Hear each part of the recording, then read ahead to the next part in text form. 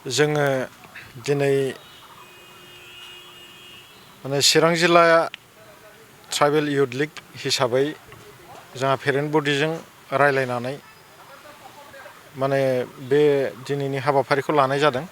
जोंहा बेयाव माने गोबां माखासे थांखि जेरै जोंहा इयुथ हिसाबै लाइमोन हिसाबै जों गोबाङानो साख्रि बाख्रिनि बिथिङावनो होन हा हुनि मोनथायनि बिथिङावनो होन आरो जोंहा जेनेबा पलिटिकेल रिजार्भेशननि बिथिङावनो होन गोबांथा माने ट्राइबेल हिसाबै जोंनि मोनथायफोरखौ जोंहा मिथिनानै लानो गोनां दं।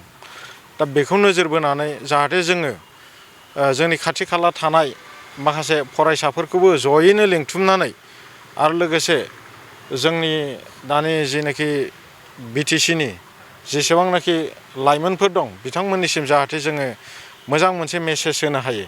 जोंनि मोनथायफोरखौ लानानै जों इयुन जेनेरेशना जाहाथे एलार्ट जानानै थानो हायो, सांग्राङै जाहाथे खामानि मावलांनो हायो, बेखौ नोजोर बोनानै दिनैनि बे हाबाफारिखौ जों लेंथुमनाय जादों। आरो दा बेयाव बिसेसकै जोङो जोंनि चिरां जिल्ला अल आसाम ट्राइबेल संघ आफादनि बा कमिटिनि जायनाखि दैदेनगिरि बिथांमोनखौ जों गोसो गोरबोनिफ्राय इयुथ लीगनि जानानै जों रोजा रोजा साबायखर बावदों। माने बे जोंजों जेनाखि जोंनि हाबाफारि बेयाव मदद होनायनि थाखाय आरो बिथांमोनहा जोंखौ फोरोंलांनायनि दैदेनलांनायनि जेनाखि बिथांमोनहा जोंखौ बुजायनाय बेफोरखौ जोङो मोनदांमोननानै माने बिथांमोननि बेफोरबायदि मावनाय हाबाफारियाव जों बिथांमोनखौ मदद होदों आरो जों साबायखर बावदों। ओमफ्राय ओरैनो जोङो फैबाय थानाय समाव जोंनि चिरां जिल्लानि सिङाव थानाय मोनफ्रोमबो कलेजफोराव हाबनानै स्कुलफोराव हाबनानै जोंनि बर' फरायसाफोरा जेनाखि जों ट्राइबेल हिसाबै स्कलारशिपनि मोन्थाय आरो जोंहा गुबुन गुबुन बिथिङाव साख्रि बाख्रिनि मोन्थाय बेफोर मोनफ्रोमबो बिथिङाव जोङो एवारनेस होलांबाय थानायनि जों थांखि लादों। आरो लोगोसे जोङो बेजों लोगोसे जों गोग्गो समाज दानायनि बिथिङाव ओमफ्राय जोङो जेनेबा गोग्गो आखल आखु दानाय जों न'खरफोरखौ माबायदि मोजाङै दैदेनलांनांगौ बेफोर मोनफ्रोमबो बिथिङावनो जोङो सोलोंथाइनि बिथिङाव माने जोङो एवारनेस होलांबाय थानो थाखाय जोङो चिरां जिल्ला ट्राइबेल इयुथ लीगआ माने थांखि लानाय जादों।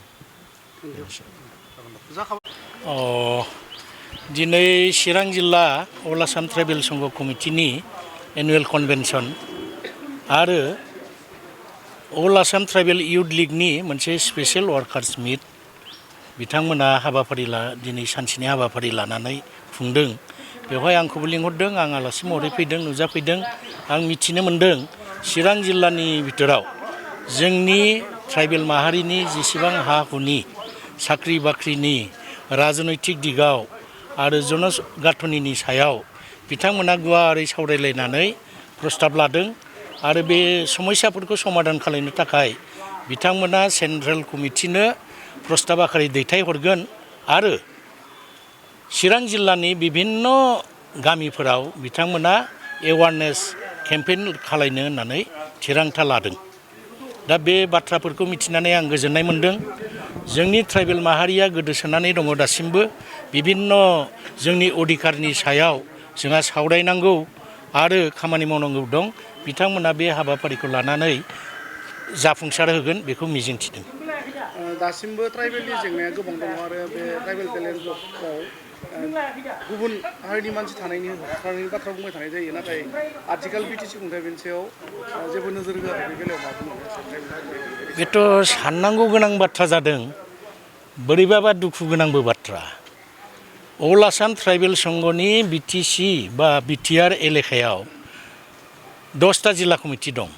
बिथांमोना 10टा जिल्ला कमिटिया जयैनो मेमरेन्डाम आखारै बिटिसि बा बिटिआर एलेकायाव जेसेबां ट्राइबेल बेलेन्स ब्लकआव नन प्रटेक्टेड मानसिफ्रा बेदखल खालामनानै दं होखारनांगौ होननानै मेमरेन्डाम साबमिट खालायदों। रेफारेन्सआव लाबोदों बिथांमोना गुवाहाटि हाइकर्टनि इन्टारिम भार्डिक्टखौबो। दा गुवाहाटि हाइकर्टनि इन्टारिम भार्डिक्ट मथे बिथांमोनखौ बिटिसि सरकारखौ होखारनांगौ होननानै बिथोन हरदों, अब्लाबो होखाराखै। दा बेखौनो आं बुंदों, बे साननांगौ आरो सिन्था खालामनांगौ बिसय। गतिके जोङो ट्राइबेल माहारिनि जातीय अर्गेनाइजेसनफ्रा ज' जानानै जोङो काउन्सिलखौ सावरायनायनि गेजेरजों नारसिननांगोन, बिनि थाखाय जोङो खामानि मावनांगोन। Thank you sir.